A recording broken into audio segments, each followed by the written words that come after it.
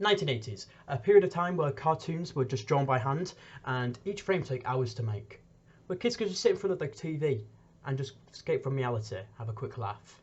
Hello, I'm Ewan Barker and today I'm going to be talking about Who Framed Roger Rabbit, a movie that was made by Warner Brothers and directed by Robert Zemeckis, and how its hybrid genre affects the character Roger Rabbit.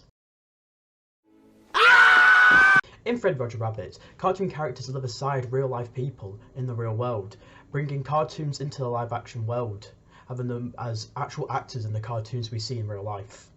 In the movie, the character Roger Rabbit was framed with the murder of Marvin Acme, with the belief that he killed him because it was revealed to him the same night Marvin was murdered that Marvin was having an affair with Roger's wife.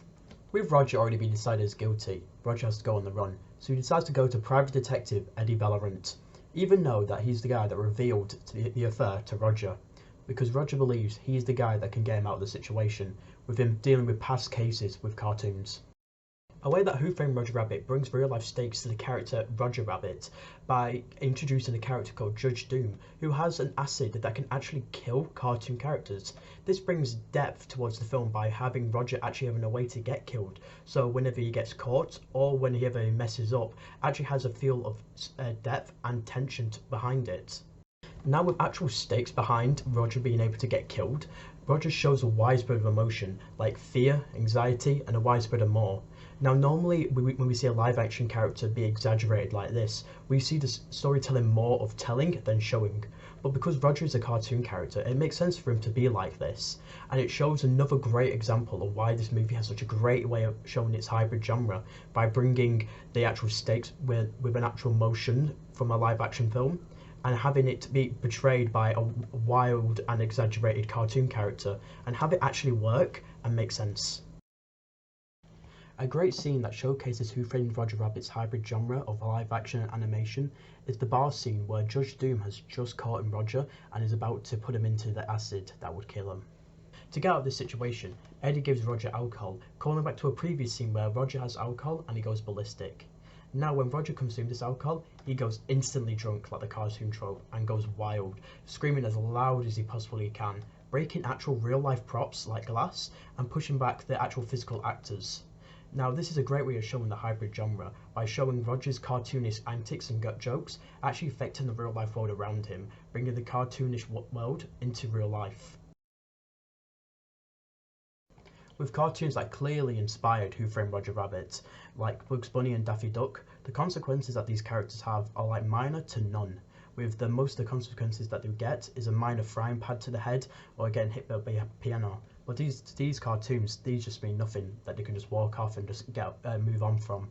But with Roger Rabbit, in a live action aspect, all these consequences have much more of a meaning. To use the scene where Roger Rabbit gets drunk for the first time again, if he didn't get drunk and went ballistic and ran out of that room, he would become less suspicious when it actually comes to the murder. But because he did that, he has now have to face real life consequences, unlike an actual cartoon would.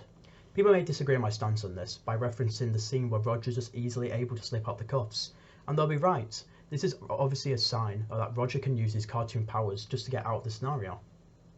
But I would actually say this is actually a scene where he actually does face consequences for his actions. First, he is the one that handcuffed them together, and he states in this scene, "Hand out of that cuff at any time?" No, not at any time. Only when it was funny. he can only use his cartoon abilities when it's funny. Now this can obviously be used to disprove what I'm saying, but I think this actually proves more to what I'm saying. Roger, being a cartoon character, is more exaggerated and does things on a whim, so him handcuffing Eddie makes sense for his character, but he faces a lot of consequences that only happen in live action movies. Like when the gang comes in to go and try and find him, he has to go and try and hide under the water in the sink. Now this is very unpleasant for him, but he can survive it, he's a cartoon character. But it faces more of consequences later on where he just breaks free of it, bridging a gap more between Eddie and Roger, annoying Eddie because he thinks he can just get out of it. In conclusion, Who Framed Roger Rabbit is a great hybrid genre film, having live action and animation work brilliant together, with Roger Rabbit's expressions and consequences having a great effect to the movie and storytelling, and also giving the live action more comedic and style towards it, giving this hybrid genre movie a lot of depth and a lot of artistic value towards it.